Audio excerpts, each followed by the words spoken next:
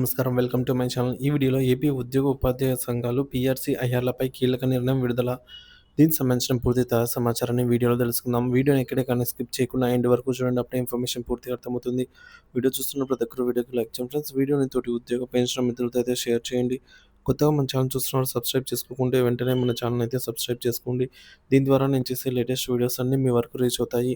ఇంకా ఆలస్యం చేయకుండా వివరాల్లోకి అయితే వెళ్ళిపోదాము.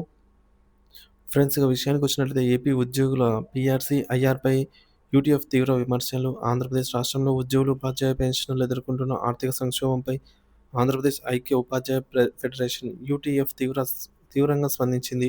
విజయవాడలోని ఈ విధంగా బసవయ్య బసవన్నయ్య విజ్ఞాన కేంద్రంలో నిర్వహించిన సెమినార్‌లో పలు కీలక అంశాలపై చర్చ జరిగింది. ప్రభుత్వ వైఖరి కారణంగా ఉద్యోగుల ప్రయోజనాలు నిర్లక్ష్యానికి గురి అయ్యాయని యూటీఎఫ్ నేతలు ఈ మేరకు విమర్శించారు.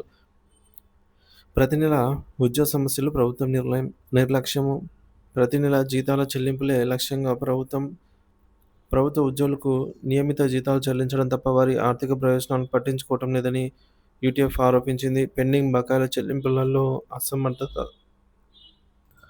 నిర్లక్ష్యం ఉన్నట్లు పేర్కొన్నారు. వేతన సవరణ ఆలస్యం. 12 పీఆర్సీ కమిషనర్ రాజీనామా చేసిన 9 నెలలు గడిచినా కూడా ఇప్పటివరకు కొత్త కమిషన్ నియమించలేదు. ఉద్యోగుల వేతన సవరణ ఆలస్యం కావడంతో పెద్ద ఎత్తున నష్టం వాటిల్లుతోంది. పెండింగ్ బకాయిలు 30,000 కోట్లకు పెరిగిన పరిస్థితి. గతంలో 20,000 కోట్ల పెండింగ్ బకాయిలు ఉండగా ఇప్పుడు కూటమి ప్రభుత్వం అధికారంలోకి వచ్చిన తర్వాత 30,000కు చేరుకుంది. ఇంకా ఈ బకాయిలను ఎప్పుడు విడుదల చేస్తారో అనేది తెలియని పరిస్థితి నెలకొంది. పాత పెన్షన్ అమలుపై అసమతుల్యత. 1/9/2004కు ముందు నియామక ప్రక్రియ పూర్తయిన ఉద్యోగులకు పాత పెన్షన్ అమలు చేయాలని కేంద్ర ప్రభుత్వం మెమో 57లో సూచించినప్పటికీ ఏపీ ప్రభుత్వం కేవలం 3 ఐఏఎస్ అధికారులకు మాత్రమే ఈ ప్రయోజనం కల్పించింది. మిగతా ఉద్యోగులపై ప్రభుత్వం స్పందించకపోవడం తీవ్ర నిరాశ కలిగిస్తోంది. రిటైర్ ఉద్యోగులకు పెన్షన్ గ్రాట్యుటీ విడుదల ఆలస్యం.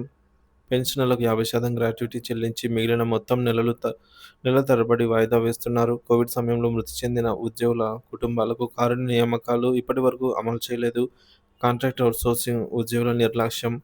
ప్రభుత్వం విధుల్లో ఉన్నటువంటి కాంట్రాక్టు మరియు అవుట్సోర్సింగ్ ఉద్యోగులను పట్టించుకునే స్థితిలో లేదు. వారికి కనీస వేతనాలు, ఉద్యోగ భద్రత కల్పించడంలో ప్రభుత్వం పూర్తిగా విఫలమైంది. యూటీఎఫ్ డిమాండ్లు. 12వ పీఆర్సీ కమిషన్ను తక్షణమే పునరుద్ధరించాలి. 29% ఇంటీరియం రిలీఫ్ మధ్యంతర భృతిని వెంటనే ప్రకటించాలి. అలాగే పెండింగ్ డీఏలను తక్షణమే విడుదల చేయాలి. ఉద్యోగుల పెండింగ్ బకాయిల చెల్లింపులకు ప్రత్యేక రూట్ మ్యాప్ ప్రకటించాలి. రిటైర్ ఉద్యోగులకు పెండింగ్ గ్రాట్యుటీ, లీవ్ ఎన్కాష్మెంట్ వెంటనే చెల్లించాలి. 2004కు ముందు నియమిత ఉద్యోగులకు పాత పెన్షన్ అమలు చేయాలి. కోవిడ్ సమయంలో మరణించిన ఉద్యోగుల వారసులకు కారుణ్య నియామకాలు కల్పించాలి.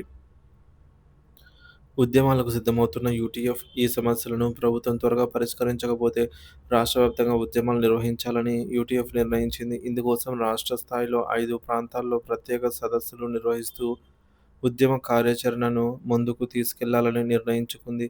ఉద్యోగుల హక్కుల కోసం పెద్ద ఎత్తున ఉద్యమించాల్సిన అవసరం ఉందని యూటీఎఫ్ నేతలు స్పష్టం చేశారు. మొత్తానికి ఆంధ్రప్రదేశ్ ఉద్యోగ ఉపాధ్యాయులు ఎదుర్కొంటున్న సమస్యలపై ప్రభుత్వం తక్షణమే చర్యలు తీసుకోకపోతే రాబోయే రోజుల్లో ఉద్యమాలు తీవ్ర రూపం దాల్చే అవకాశం ఉంది.